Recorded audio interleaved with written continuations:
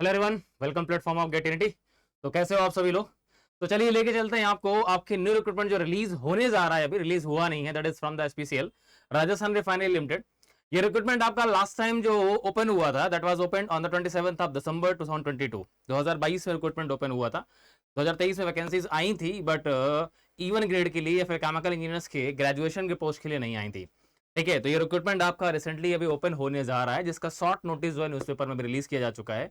इसके बारे में पहले ही मैं आपको एक बार डिटेल में सारी चीजें बता देता हूं। कितनी नंबर ऑफ पोस्ट आने वाली हैं, सिलेक्शन का क्राइटेरिया क्या रहेगा, एंड जो भी आपके क्वेश्चंस पहले ही से आना आपके स्टार्ट हो जाते हैं कि सर आपका जो रिक्रूटमेंट है वो गेट के बेसिस पर होगा या फिर नॉन गेट होगा, मतलब उसका रिक्रूटमेंट का रिटन एग्जाम होगा।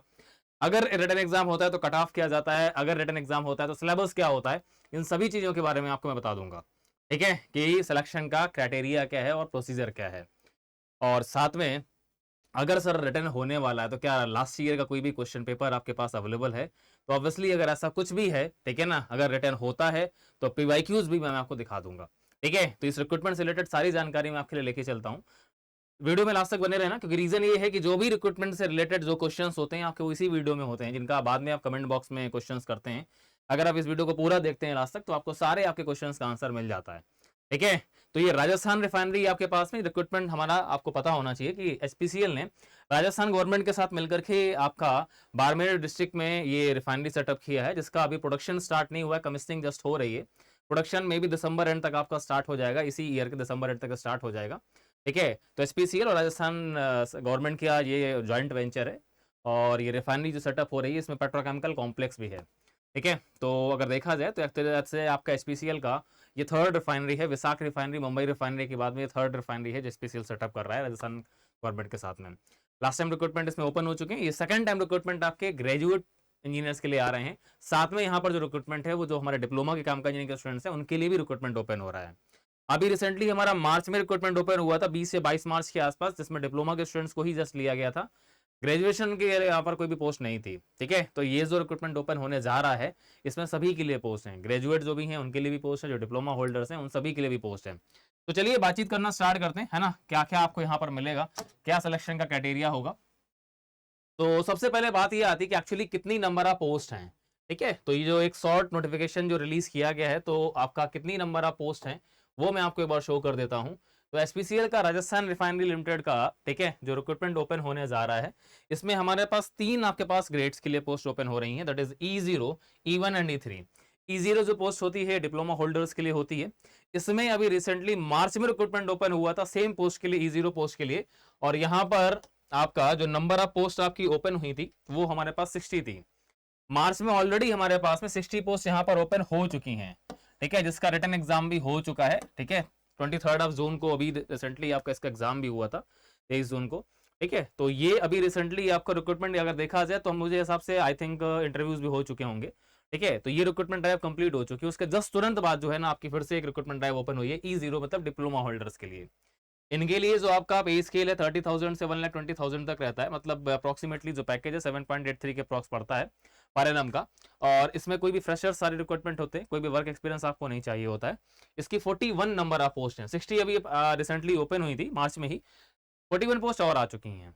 दूसरी जो हमारे पास ग्रेड है दैट इज E1 जो ग्रेड हमारे पास ओपन होती है, ये हमारे पास जो ग्रेजुएट इंजीनियर ट्रेनिंग होते हैं, एसपीसीएल उसको ऑफिसर्स की पोस्ट बोलता है, वो जीएटी पोस्ट नहीं बोलता है। तो इवन जो ग्रेड हमारे पास में है वो ग्रेजुएट्स के लिए है, जो केमिकल इंजीनियरिंग से ग्रेजुएट्स हैं या फिर जो बाकी ब्रांच से ग्रेजुएट्स हैं। तो इवन के अंदर उसने मेंशन किया है हमारे पास में 14 नंबर ऑफ पोस्ट। अब ये 14 नंबर ऑफ पोस्ट हमारे पास में जो है, ठीक है ना, तो इसके अंदर जो ब्रांचेस मेंशन की हैं, बहुत ध्यान से सुनिएगा, जो ब्रांचेस मेंशन की गई हैं वो ब्रांचेस भी मैं आपको बता दूंगा कौन कौन सी ब्रांचेस यहाँ पर मेंशन की गई हैं। ठीक है, तो 14 नंबर ऑफ टोटल पोस्ट हमारे पास में, जिसका पे स्केल हमारे पास 40,000 से 1,40,000 तक है, अप्रॉक्सीमेटली 10.44 लाख का पैकेज आपको मिलेगा, और इसके लिए कोई भी एक्सपीरियंस आपको नहीं चाहिए। तीसरी जो पोस्ट हमारे पास में आएगी वो E3 ग्रेड के लिए आएगी, जिसमें 45 नंबर ऑफ वैकेंसीज, मतलब ये एक्सपीरियंस पर्सनल्स के लिए हैं। जो लोग ये बोलते हैं कि लाइफ में मेरे पास में कभी भी दोबारा पीएसयू ज्वाइन करने का मौका नहीं मिलेगा, वो लोग आंख खोल करके ध्यान से देखें कि आपके पास पीएसयू ज्वाइन करने का मौका भी बाद में मिलता है। आपके पास अगर एक्सपीरियंस है, अगर उस पर्टिकुलर फील्ड का अगर एक्सपीरियंस है, तो आपको बाद में पीएसयू ज्वाइन करने का मौका मिलता है। ठीक है ना, तो कभी भी आप जो है ना पीएसयू ज्वाइन करने के लिए ओल्ड नहीं होते हैं। ठीक है, आपके पास एक्सपीरियंस है, आप एक्सपीरियंस के बेसिस पर भी पीएसयू ज्वाइन कर सकते हैं। E3 जो पोस्ट है, ठीक है, 50,000 से 1,60,000 का ग्रेड पे आपको मिलेगा। अप्रोक्सीमेटली 13.05 लाख का आपको पैकेज है, और इसके अंदर 3 साल का मिनिमम एक्सपीरियंस रिक्वायरमेंट है। ठीक है, अब यहाँ पर जो रिक्रूटमेंट में जो ब्रांचेस मेंशन की गई हैं, वो ब्रांचेस हमारे पास में जनरली आपके केमिकल, पेट्रोकेमिकल एंड मैकेनिकल, हमारे पास जो प्रोडक्शन होता है वो हमारे पास ब्रांचेस मेंशन की गई हैं। ठीक है ना, इन ब्रांचेस के लिए रिक्रूटमेंट आपको ओपन होने जा रहा है, और जो ऑनलाइन एप्लीकेशन आपके स्टार्ट होंगे, अभी ये न्यूज़पेपर में हमारे पास इन्फॉर्मेशन आई है, वो इन्फॉर्मेशन मैं आपको प्रोवाइड कर रहा हूँ। वेबसाइट पर अभी आपको कुछ भी नहीं दिखेगा। ठीक है, वेबसाइट पर आपको फर्स्ट दिखना स्टार्ट होगा 4 सितंबर से। 4 सितंबर से इनिशियली आपको जो रिक्रूटमेंट का नोटिफिकेशन है वो आपको दिख जाएगा। रिक्रूटमेंट जो आपका स्टार्ट हो रहा है, ऑनलाइन एप्लीकेशन रजिस्ट्रेशन प्रोसेस जो स्टार्ट होने जा रहा है, दैट इज 5 सितंबर से। इस डेट को नोट कर लीजिए, बिकॉज ये डेट आप सबके लिए बहुत ही बड़ा एक सरप्राइजिंग डे भी हो सकता है, बिकॉज एचपीसीएल का रिक्रूटमेंट तो ओपन होने जा रहा है। ठीक है ना, इसके साथ साथ में आप सभी के लिए और कुछ भी प्लान हम लोग कर रहे हैं 5 सितंबर, जो कि हमारा गेटिनिटी का फाउंडेशन डे है। और इसका जो लास्ट डेट है आपका ऑनलाइन एप्लीकेशन का, वो है आपका 4 अक्टूबर। ये अप्रोक्सीमेटली 1 मंथ का टाइम आपको देता है। लास्ट टाइम जब ओपन हुआ था 27 दिसंबर को ओपन हुआ था 2022 में, और 26 जनवरी 2023 तक इसका लास्ट डेट था। ठीक है, चलिए, तो ब्रांच ऑलरेडी मैंने बता दिया है। ये ब्रांचेस हमारे पास जो मेंशन है यहाँ पर, हमारे पास शॉर्ट नोटिफिकेशन मतलब न्यूज़पेपर के प्रिंट में, वो है हमारे पास केमिकल, पेट्रोकेमिकल एंड हमारे पास मैकेनिकल प्रोडक्शन। ठीक है ना, ये ब्रांचेस यहाँ पर मेंशन की गई हैं। तो इन ब्रांचेस के लिए रिक्रूटमेंट ओपन होने जा रहा है। तो ऑब्वियसली जिस ब्रांच को अगर मैंने जिक्र किया है, तो अब इसका कंप्लीट प्रोसीजर क्या होगा, कैसे रिक्रूटमेंट होता है, अब इन सभी के बारे में अगर बातचीत करनी है, तो अब इसके बारे में आगे बात करते हैं। सिलेक्शन की जो मैथोलॉजी है, सिलेक्शन का मैथोलॉजी हमारे पास में सिंपली ये बोलता है कि हमारे पास में सिलेक्शन जो पूरा का पूरा होता है, शॉर्ट लिस्टिंग एंड सिलेक्शन जो हमारे पास में है, क्लियरली यहाँ पर मेंशन किया गया है कि आपको मिनिमम क्वालिफाइंग मार्क्स, मतलब कि यहाँ पर जो सिलेक्शन है वो रिटन टेस्ट और group task and personal interview के बेसिस पर होता है। पहले आपका रिटन एग्जाम होगा, और उसके बाद में आपका एक जीटी होगा, ना कि जीडी, ग्रुप डिस्कशन नहीं है, ग्रुप टास्क है। जीटी होगा, और उसके बाद फिर आपका पर्सनल इंटरव्यू मतलब पीआई होगा। ये 3 स्टेप में आपका इसका सिलेक्शन होता है। अब रिटर्न की अगर बात आई है, तो फिर आपके दिमाग में बहुत सारे क्वेश्चंस बन जाते हैं। अगर रिटर्न अगर होगा तो फिर कैसे होगा, क्या हमारे पास में पैटर्न रहता है, क्या सिलेबस रहता है, और इसके साथ साथ में हमारे पास में क्वेश्चंस कैसे आते हैं, कितना लास्ट ईयर 2022 में जो सिलेक्शन जो हुए थे 41 नंबर ऑफ पोस्ट के रिक्रूटमेंट ओपन हुआ था, लास्ट ईयर हमारे पास में कितना कट ऑफ गया था, क्या आप इसका बात कर सकते हैं, वो सब कुछ मैं आपको आज बता देता हूँ। ठीक है, तो यहाँ पर अगर रिटन टेस्ट की अगर बात करते हैं, तो रिटन टेस्ट के अंदर में जो उन्होंने बोला हुआ है कि मिनिमम क्वालिफाइंग मार्क्स आपके जो डोमेन सेक्शन के अंदर हैं, सभी पोजीशंस के लिए जो है वो 55% आपका सभी कैटेगरीज के लिए हैं। मतलब डोमेन नॉलेज जो आपका, जिसको टेक्निकल सेक्शन बोला जाता है, इसका एग्जाम का जो पैटर्न है पहले मैं आपको बता देता हूँ। ठीक है ना, ओरली बता देता हूँ।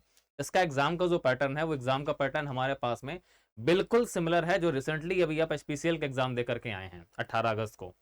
बिल्कुल सिमिलर पैटर्न है। 85 क्वेश्चंस आपके होंगे नॉन टेक पोर्शन, जिसको आप एप्टीट्यूड रीजनिंग, ठीक है ना, ये पार्ट बोलते हैं, और 85 क्वेश्चंस आपके होंगे जो टेक्निकल पार्ट आपका होता है, जिसको आप डोमेन नॉलेज बोलते हैं। ठीक है, उन 85 क्वेश्चंस के अंदर में जो हमारा डिवीजन है, logical reasoning, verbal reasoning, aptitude, comprehension, ये सारा पार्ट आपका होगा, जिसके आपके टोटल 85 क्वेश्चंस आपके होते हैं। सेक्शन वाइज डिवीजन मेरे को एक्चुअली अभी याद नहीं है।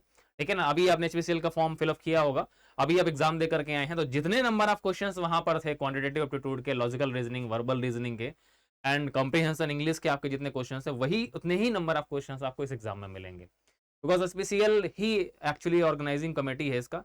ठीक है, बस ये बॉडी हमारी क्या है आपके डिफरेंट हो जाती है, इसलिए इसका रिक्रूटमेंट भी डिफरेंट करना पड़ रहा है। ठीक है, तो जैसा कि एचपीसीएल का पैटर्न है, बिल्कुल सेम सिमिलर पैटर्न आपका इस एग्जाम का भी है। 85 क्वेश्चंस आपके नॉन टेक के और 85 क्वेश्चंस आपका टेक्निकल पार्ट डोमेन नॉलेज के।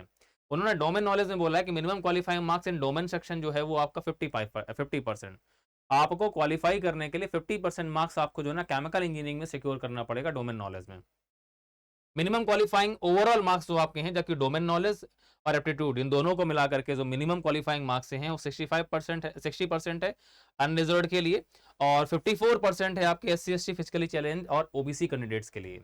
मतलब ओवरऑल पेपर के अंदर आपको 54% मार्क्स लाने पड़ेंगे, तो आप नेक्स्ट स्टेज के लिए क्वालिफाई माने जाएंगे। ये उन्होंने पहले डिस्क्लेयर करके रखा हुआ है, ठीक है ना, कि इतना मार्क्स आपको लेकर के आना पड़ेगा। तो यहाँ पर तो सर ऑलरेडी जब कट ऑफ लिखा हुआ है तो आप कौन सा कट ऑफ बताएंगे? तो लास्ट ईयर जिस नंबर पे कॉल आई थी वो जानना जरूरी है ना, कि लास्ट ईयर 2022 अगर रिक्रूटमेंट जब हुआ था तो वहां पर किस नंबर तक कॉल गई थी इंटरव्यू के लिए, ठीक है ना, तो मैं वो चीज बात करूंगा आपसे। ओके, और इसके बाद में written test scores are included in the drawing final merit list. Obviously जो रिटन के आपके मार्क्स हैं ये फाइनल मेरिट लिस्ट जब भी बनेगी तो वहां पर ये इंक्लूड किए जाते हैं, ठीक है। इसके बाद आपको फेस करना है आपका नेक्स्ट स्टेप जो है that is GT. Minimum qualifying marks to be obtained 40% for unreserved और ईडब्ल्यूएस के लिए है। जीटी और पीआई को मिलाकर के आपके 40% मार्क्स होने चाहिए अगर आप जनरल कैटेगरी से हैं या फिर आप ईडब्ल्यूएस कैटेगरी से हैं, और अगर 33.33% आपके होने चाहिए एससी एसटी फिजिकली चैलेंज और ओबीसी कैटेगरी के लिए।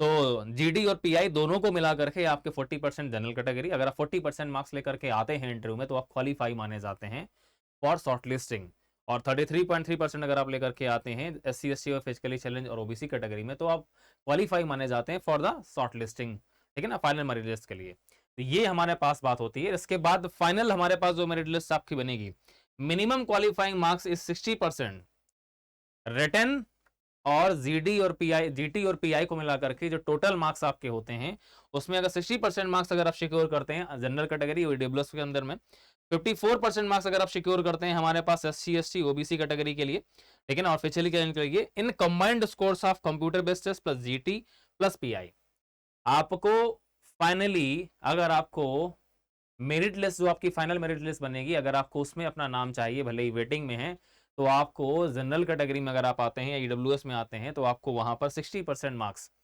टोटल जो हैं वो आपको सिक्योर करना पड़ेगा, और 54% मार्क्स को आपको सिक्योर करना पड़ेगा अगर आप एससी एसटी फिजिकली चैलेंज या ओबीसी कैटेगरी में आते हैं, ठीक है ना। तो ये इनका सिलेक्शन का मेथोलॉजी है, किस तरह से सिलेक्शन करते हैं। तो written based, written test, then GT, then आपके पास में पीआई होगा। चलिए आई थिंक ये वाला पार्ट आपका क्लियर हो गया होगा। अब यहाँ पर अगर ये बात आती है कि सर अगर रिटन एग्जाम अगर होगा तो इसका सिलेबस क्या होगा, पहले ये बात कर लेते हैं। अगर सिलेबस आपको पता चल जाएगा तो फिर लास्ट ईयर के क्वेश्चंस में आपको बता दूंगा, देन हम लोग बात कर लेंगे लास्ट ईयर के कट ऑफ के बारे में, ठीक है। तो अभी मैं आपसे अगर बात करने जा रहा हूं कि हमारे पास में इसका सिलेबस क्या होगा, तो अगर मैं सिलेबस की तरफ आपको लेके चलता हूं तो ये हमारा रिसेंट जो 18 अगस्त का स्पेशल का एग्जाम हुआ था वही सेम सिलेबस है जो आप लोगों ने ऑलरेडी एग्जाम में फेस किया है, ठीक है, जहां पर काफी सारे क्वेश्चंस आपके नए सिलेबस से पूछे गए थे। तो जो सिलेबस हमारे पास एचपीसीएल ने रिलीज किया था अभी ऑफिसर्स की पोस्ट के लिए जो 18 अगस्त को एग्जाम हुआ था वही सेम सिलेबस आपका रहेगा। ये सिलेबस आपका वही सिलेबस है जो गेट एग्जाम में पूछा जाता है, ठीक है। तो केमिकल इंजीनियरिंग का सिलेबस मैं यहाँ पर शो कर रहा हूँ। तो यहाँ पर अगर आप देखेंगे तो सारे हमारे पास में first section, second section, third section, कोई भी अगर आप सेक्शन देखेंगे जो भी यहाँ पर टॉपिक्स लिखे हुए हैं सारे का सारे आपके गेट सिलेबस के टॉपिक्स हैं, एग्जैक्टली पूरा गेट का सिलेबस है, ठीक है ना। मास ट्रांसफर के अंदर भी सेम मिलेगा, सीआरई के अंदर भी आपको सेम मिलेगा, आईपीसी के अंदर भी आपको सेम मिलेगा, plan design and economics and chemical technology यहाँ तक पूरा आपको सेम मिलेगा। लास्ट ईयर जो एचपीसीएल ने सिलेबस रिलीज किया था एचआरएल ने, उसके अंदर में जैसे लास्ट ईयर हमारे पास ये 2 टॉपिक्स आपके ऐड किए गए थे, नेट जीरो कॉन्सेप्ट और प्रोसेस सिमुलेशन एंड मॉडलिंग का, ये क्वेश्चंस आपको लास्ट ईयर भी मिले थे एचआरआरएल के एग्जाम के अंदर भी, रिटन एग्जाम जो हुआ था आपका, ठीक है ना। और इस बार जैसा कि एचपीसीएल ने यहाँ पर आपके, ठीक है, 2 चैप्टर्स आपके और इंक्लूड कर दिए हैं, ट्रांसपोर्ट फिनोमेना और artificial intelligence and machine learning. अभी 18 अगस्त का जो एग्जाम हुआ है वहां पर भी आप लोगों ने इनके क्वेश्चंस देखे हैं, काफी अच्छी खासी क्वांटिटी में देखे हैं। तो ये चीज आपके पास में फिर से आपको इन फ्यूचर जो है ना फेस करने का मौका मिलेगा। ये है आपका पूरा का पूरा केमिकल इंजीनियरिंग के लिए जो आपका सिलेक्शन होगा। हाँ, एक चीज मैं यहाँ पर इंक्लूड कर देता हूँ, केमिकल के अंदर में लास्ट टाइम जो रिक्रूटमेंट 2022 में हुआ था वहां उन्होंने 2 तरह की पोस्ट ओपन की थी। केमिकल के लिए जो पोस्ट ओपन होती है वो प्रोडक्शन की होती है, पेट्रोकेमिकल्स के लिए जो पोस्ट ओपन होती है जिनका पेट्रोकेमिकल इंजीनियरिंग ब्रांच है वो लोग भी एप्लीकेबल होते हैं इस फॉर्म को फिलअप करने के लिए, उनके लिए जो पोस्ट ओपन होती है उसका नाम टेक्निकल है केवल। तो 2 तरह की पोस्ट यहाँ पर ओपन होती हैं। तो लास्ट ईयर जो हमारे पास 2022 में रिक्रूटमेंट ओपन हुआ था वहां पर टेक्निकल, केमिकल टेक्निकल की जो कि पेट्रोकेमिकल इंजीनियर्स के लिए होता है उसकी कोई भी पोस्ट नहीं थी फ्रेशर्स के लिए।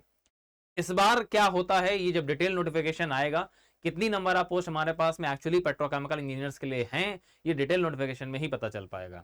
अभी हमारे पास में आप यही मान के चलिए कि टोटल हमारे पास जो पोस्ट है 14 नंबर ऑफ पोस्ट, इसमें से केमिकल प्रोडक्शन और केमिकल टेक्निकल ये दोनों के लिए हो सकती हैं, या मे भी हो सकता है कि 14 नंबर ऑफ पोस्ट आपकी जो है ना सिर्फ केमिकल प्रोडक्शन के लिए हो, ठीक है। चलिए, तो ये हमारे पास में आपका सिलेबस है। अब बात आती है कि सर लास्ट ईयर का जो क्वेश्चन पेपर था, क्या कुछ आप दिखा सकते हैं, आपके पास अवेलेबल है? तो ऑब्वियसली मैं आपको लास्ट ईयर जो हमारा 2022 में जो पेपर हुआ था, 2023 में सॉरी होता, एग्जाम इसका हुआ था, उसका क्वेश्चन पेपर मेरे पास अवेलेबल है। ठीक है, केमिकल इंजीनियरिंग का वो क्वेश्चन पेपर मैं आपको शो कर देता हूँ। पहला सेक्शन हमारे पास इंग्लिश लैंग्वेज का, आप चाहें तो यहाँ से क्वेश्चन काउंट कर सकते हैं हमारे पास में। तो पहला सेक्शन हमारे पास इंग्लिश लैंग्वेज का आएगा, फिर हमारे पास में लॉजिकल रीजनिंग का आएगा। ठीक है ना, आई थिंक 15 क्वेश्चन होंगे ये।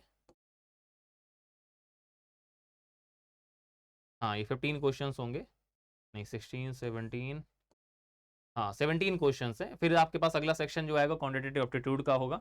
ठीक है ना, फिर वो आपके पास में 17 क्वेश्चन के बाद में क्वांटिटेटिव एप्टीट्यूड, ये आपका क्वांट वाला पार्ट वही है जो आप गेट के लिए पढ़ते हैं। ठीक है ना, तो आपके पास में आप इसके क्वेश्चंस लगा सकते हैं आराम से, इसके लिए आपको अलग से एफर्ट नहीं देना पड़ेगा। बस जो आप मेहनत का आपको करनी पड़ेगी वो आपका रीजनिंग वाला पार्ट होता है। ठीक है, तो इसके भी हमारे आपके 17 क्वेश्चंस ही होंगे, 17 क्वेश्चंस, 12 13 14 15 एंड 16 17 क्वेश्चंस इसके भी आपको मिलेंगे। ये 17 क्वेश्चन के बाद में आपका नेक्स्ट, नहीं इसके 17 नहीं है, इसके क्वेश्चन ज़्यादा हैं, 20 21 22 23 24 26,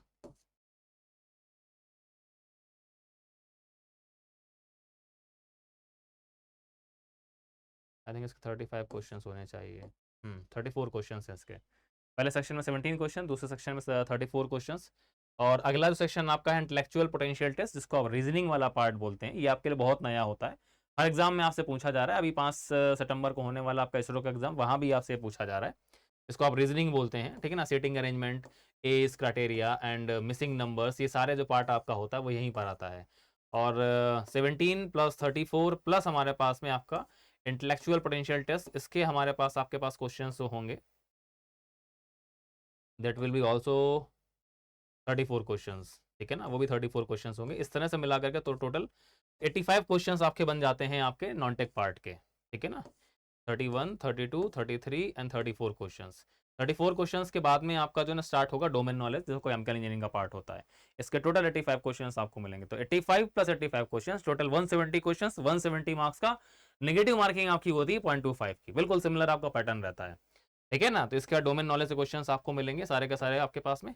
हाँ, अब काफी लोग कमेंट बॉक्स में ये बोलेंगे कि सर ये वाला पेपर प्लीज दे दीजिए, तो आपको अगर ये पेपर चाहिए तो आपको ये पेपर जो है ना वो आप इन फ्यूचर, अभी हम लोग जब स्पेशल के टेस्ट सीरीज लेकर के आएंगे तो वहां पर ये पेपर आपको मिल जाएगा। ठीक है ना, टेस्ट के फॉर्म में आपको मिलेगा, विद सॉल्यूशन आपको मिलेगा। यहाँ पर तो सिर्फ क्वेश्चंस मिलेंगे आपको, वहां पर आपको विद सॉल्यूशन मिलेगा। ठीक है, तो ये पेपर आपको हमारे ही पोर्टल पे गेट आपका टेनिटी के ऐप में जाकर के आपको ये मिलेगा। ठीक है ना, तो इन फ्यूचर आपको हम ये प्रोवाइड कर देंगे, डोंट वरी। ये हमारा केमिकल इंजीनियरिंग का पूरा क्वेश्चन पेपर था 2023 में जो हमारा हुआ था, लास्ट रिक्रूटमेंट हुआ था इंजीनियर्स के लिए। अब बारी आती है कि सर इस क्वेश्चन पेपर में कट ऑफ कितना गया था, कितने नंबर पर एक्चुअली कॉल की गई थी इंटरव्यू के लिए।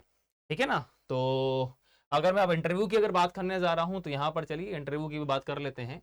तो हमारे पास में जो फाइनल जो सिलेक्शन हमारे पास हुआ था 2022 के अंदर, ठीक है ना, तो जो इनके पास इंटरव्यू कॉल गया था, क्योंकि इन्होंने तो लिख रखा है हमारे पास में कि 54% एंड 60% ये होना चाहिए रिटर्न, आप क्वालिफाई करते हैं तो आप नेक्स्ट स्टेज के लिए क्वालिफाई माने जाते हैं, लाइक जीटी और पीआई के लिए।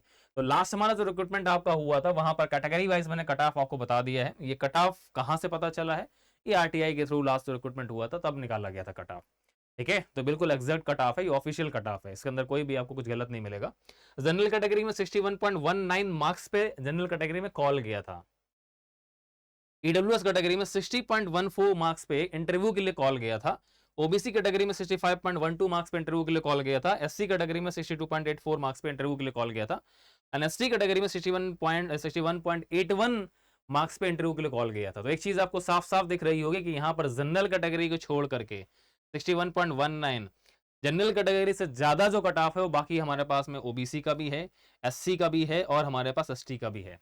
इन तीनों कैटेगरी का जो कट ऑफ है वो आपका जनरल से ज्यादा है। सोचिए, रीजन है हमारे पास में कि नंबर ऑफ कैंडिडेट्स जो हमारे पास अपीयर हुए थे 2022 में, अगर आप देखें तो ओबीसी एससी और स्टेट के कैंडिडेट्स जो क्वालिफाइड थे गेट एग्जाम में वो भी जनरल से हमारे पास कहीं ज्यादा थे, है ना। चलिए, तो ये 2022 में जो रिटर्न टेस्ट हमारा हुआ था ये उसके कट ऑफ मार्क्स हैं आपके, जो कि आपका रिक्रूटमेंट एग्जाम हुआ था। तो इस मार्क्स पर फाइनल इंटरव्यू का कॉल गया था। ठीक है ना, अब यहां पर एक चीज आप ध्यान रखिएगा, मैं आपको सबसे इंपॉर्टेंट पार्ट बता देता हूं। ठीक है, बिकॉज अभी जो डिटेल नोटिफिकेशन आएगा तो वहां पर ऑब्वियसली मुझे आपको एक वीडियो तो देना ही पड़ेगा नोटिफिकेशन जब भी रिलीज होगा, लेकिन इसी वीडियो में आपको ये चीज़ क्लियर हो जानी चाहिए कि अगर आपके पास में इंटरव्यू कॉल अगर आता है तो फिर इसमें आपके पास में ऐसा कोई कंपल्सन नहीं है कि आपका सिलेक्शन जो है ना कट ऑफ मार्क्स के बेसिस पर नहीं होगा। बहुत सारे स्टूडेंट ऐसे थे जिनके रिटर्न में मार्क्स बहुत ज्यादा थे बट उनका सिलेक्शन हुआ है on the basis of the GT and pi. ठीक है ना, तो हमेशा ये ध्यान रखा करिए। बहुत सारे बच्चे अभी भी मेरे से लगातार क्वेश्चंस पूछ रहे हैं कि सर आईओसीएल में जस्ट मेरा जो है ना जो मार्क्स हैं कट ऑफ मार्क्स के लगभग बराबर हैं, तो क्या मुझे इंटरव्यू के लिए जाना चाहिए? अगर इंटरव्यू कॉल आया है, लाइफ में ध्यान रखिएगा, तो तुम उस पर्टिकुलर पीएसयू के लिए वैल्यू रखते हो। अगर वो तुमको बाय रिस्पेक्ट अगर तुमको कॉल कर रहा है तो तुमको भी विद रिस्पेक्ट जो है ना उसका इंटरव्यू अटेंड करना चाहिए। ठीक है ना, ये चीज हमेशा ध्यान रखिए। तो आपका कट ऑफ मार्क्स अगर क्लियर हो रहे हैं, अगर आपको इंटरव्यू का मौका मिल रहा है, कभी भी अगर लाइफ में ऐसा मौका मिलता है तो जरूर जाइए, 100% प्रिपरेशन के साथ जाइए, टाइम पास करने मत जाइए, बिकॉज यू नेवर नो कब आपका जो है ना दिन आपके पास में होगा। बिकॉज सोचिए जरा 170 मार्क्स का जो पेपर है उसमें अगर इतने मार्क्स पर अगर इंटरव्यू की कॉल आ सकती है तो ये वही एक गोल्डन चांस है जिसका एक्चुअली आप वेट करते हैं। रिक्रूटमेंट ओपन हुआ, ठीक है ना, जिसको एक्सपेक्टेशंस नहीं थी, जिनका 2022 में गेट क्लियर नहीं हुआ था, उन लोगों का यहाँ पर कट ऑफ भी क्लियर हुआ और वो फाइनली वहां पर जॉब भी कर रहे हैं, फाइनल सिलेक्शन भी उनका हुआ है। तो ये कुछ भी ऐसा सोचना कि 2024 का मेरा तो गेट भी क्वालिफाई नहीं हुआ था, मैं इसको क्या क्वालिफाई करूंगा, ऐसा कुछ भी नहीं है। आप अपना एफर्ट अगर देंगे तो ऑब्वियसली आपका सिलेक्शन होगा। अब अगला क्वेश्चन जो आप कमेंट बॉक्स में डालेंगे वो ये डालेंगे कि सर इसका कब तक जो है ना फाइनल रिटन एग्जाम हो सकता है। तो जैसा आपने अभी देखा है एसपीसीएल के एग्जाम में, जस्ट आपका विद इन 1.5 मंथ के अंदर आपका लगभग आपका एग्जाम हो गया था। तो ये मान के चलिए कि आपका लगभग 1.5 मंथ से लेकर 2 मंथ के अंदर आपका एग्जाम जो है ना वो आपका डेट हो जाएगा। ठीक है ना, तो अभी जो हमारा डिप्लोमा होल्डर्स के लिए जो पोस्ट रिलीज हुई थी तो वो हमारे पास मार्च में था, उसका लास्ट डेट 15 अप्रैल था। 15 अप्रैल को रिक्रूटमेंट खत्म हुआ, ठीक है ना, रिक्रूटमेंट मतलब कि रजिस्ट्रेशन प्रोसेस खत्म हुआ। उसके बाद में 23 जून को एग्जाम हो गया, ठीक है ना। तो अप्रैल से मई, मई से जून, लगभग आपके 2 महीने हो गए। तो 2 महीने 10 दिन के बाद में या फिर लगभग आपका 7 दिन के बाद में आपका एग्जाम हो गया। तो आप यही मान के चलिए, मेंटली प्रिपेयर खुद को रहिएगा कि आपका जैसे ही आप इस फॉर्म को फिलअप करते हैं, ठीक है ना, आज से ही जैसे ही आप ये वीडियो देख रहे हैं, आज से ही इस रिक्रूटमेंट एग्जाम की प्रिपरेशन में लग जाइए। ठीक है ना, बिकॉज आपके पास में 1 महीना तो प्रोसेस चलेगा और उस प्रोसेस खत्म होने के बाद, रजिस्ट्रेशन एंड होने के बाद फिर आपको लगभग 1.5 महीने का या 1 महीने का टाइम मिल सकता है या फिर 2 महीने का टाइम मिल सकता है आपके रिटन एग्जाम तक के लिए। आज से भी अगर आप खुद को रेडी करना स्टार्ट कर देंगे तो भी आपके पास में पूरा मौका है। ठीक है ना, तो बस इस मौके को समझिए। ये कंप्लीट इंफॉर्मेशन आपको मिल चुकी है कि एक्चुअली हमारा क्या प्रोसेस रहता है सिलेक्शन का, ठीक है ना। इसके साथ में रिटन एग्जाम का सिलेबस क्या रहता है, लास्ट ईयर का क्वेश्चन पेपर क्या था, लास्ट ईयर का कट ऑफ क्या था, ठीक है ना, ये सब कुछ आपको इन्फॉर्मेशन मिल चुकी है।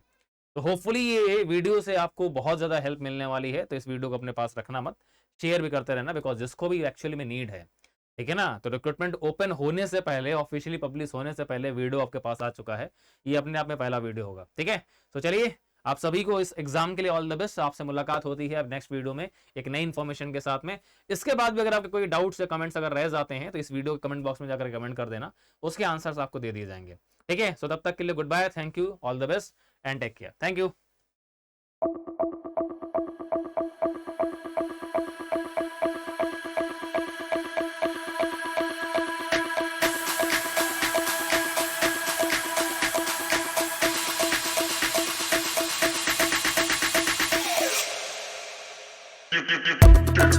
You